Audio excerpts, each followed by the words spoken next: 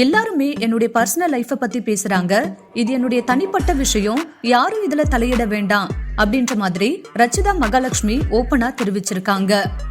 தினேஷின் மனைவியும் நடிகையுமான ரச்சிதா ரீசெண்டா தன் கையில போட்டிருந்த தினேஷ் என்ற டாட்டூவை அடிச்சுட்டு அதுக்கு பதிலா வேறொரு டாட்டூவை போட்டு நான் ஃபைனலா ஒரு முடிவெடுத்துட்டேன்னு தெரிவிச்சிருந்தாங்க. அதையடுத்து தினேஷ் ரச்சிதா டிவோர்ஸ் வழக்கு நீதிமன்றத்துக்கு வந்ததை அடுத்து இனிமே என்னுடைய வாழ்க்கைய நான் விரும்புறபடி வாழ விடுங்கன்னு தெரிவிச்சாங்க. அதுல நான் வாழ்க்கையில மிகப்பெரிய பாடம் ஒன்ன கத்துக்கிட்டேன். நீங்க தனியா இருந்தா கூட சரியானதுக்காக மட்டும் உறுதியா நில்லுங்க. உண்மை எப்போதும் கசக்கத்தான் செய்யும். அதுக்காக அது உண்மை இல்லைன்னா ஆகாது. எல்லாருமே என் வாழ்க்கை குறித்து கருத்து சொல்றாங்க. ஆனா யாரும் என்னுடைய வாழ்க்கைய வந்து வாழ முடியாது. இது என்னுடைய தனிப்பட்ட போராட்டம். தனியா போராட விடுங்க. எல்லாருமே உங்க வேலைய பாருங்க, எங்க வேலைய எங்களை பார்க்க விடுங்க அப்படின்னு ஆதங்கத்தை வெளிப்படுத்தியிருக்காங்க.